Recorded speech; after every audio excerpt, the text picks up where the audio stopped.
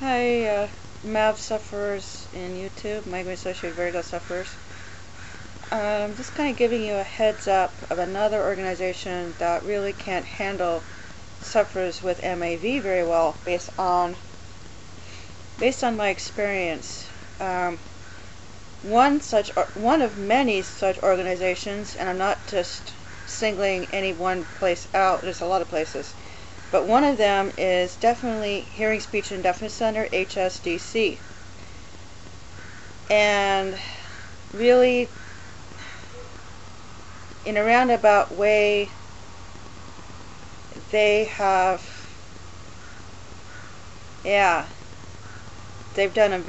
did a very, I'm no longer a client there, they did a really miserable job of dealing with me and my migraine-associated vertigo.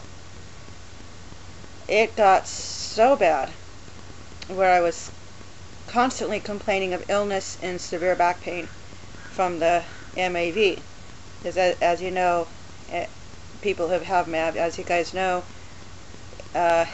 you tend to fall from it and you get broken bones and sprains and stuff from the falls, and that's really painful, and it can take months to years to finally heal from all that.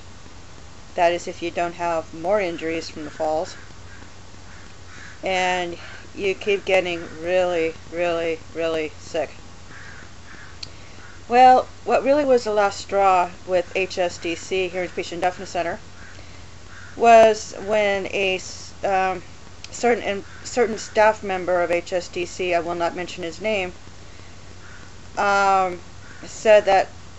basically said he was really tired of my complaining so much about being sick and feeling so horrible all the time and all that.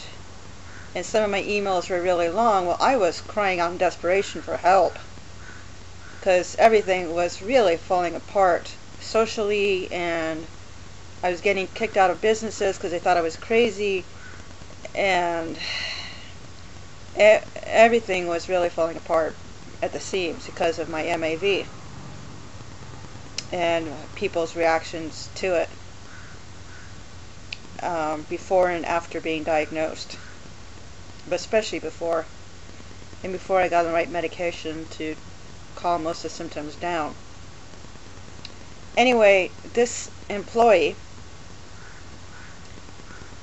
wrote out a fake prescription just as if he were a doctor. Took out a white memo pad of paper and wrote a, quote, prescription that every day for an hour a day I was to go and mingle with people and not say a single word about how sick I was. No matter how sick I was feeling, I was to go out and say not a single word for an hour a day about how sick I was.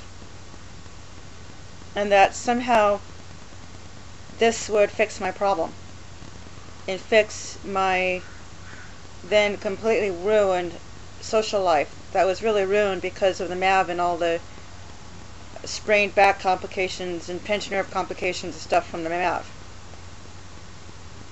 And I just broke down in tears. I immediately broke down in tears and wept like a baby. And I filed a complaint. I tried to talk to DSHS, couldn't get through to them about the problem I was having with HSDC, and so I didn't know what else to do. I ended up filing a complaint with Office of Deaf and Hard of Hearing, and ended up going back to one of the head people of HSDC in Seattle, and she was really kind of mad about my having filed this complaint and said, oh, the guy's a nice guy and all that. And she basically told me I should come back when I get a job. Well, right now I can't work because of the MAV, because of having learned Braille and all that, because, well, it's not a good idea for me to try to work right now with all this stuff going on with me health-wise and learning the Braille and everything else. So that's an impossibility. But I strongly recommend that MAV sufferers who have hearing issues do not, and I mean do not, bother with HSDC, Hearing, Speech and Deafness Center. They are not equipped to deal with MAV sufferers who have hearing issues. If you have hearing issues and you have MAV, don't bother with HSDC. That's my recommendation after all experiences I had with HSDC some years ago. Giving you guys a heads up, avoid HSDC, Hearing, Speech and Deafness Center, if you have MAV. They can't handle you. And I don't want you guys to have the same experience that I had with HSDC. Have a great day and God bless.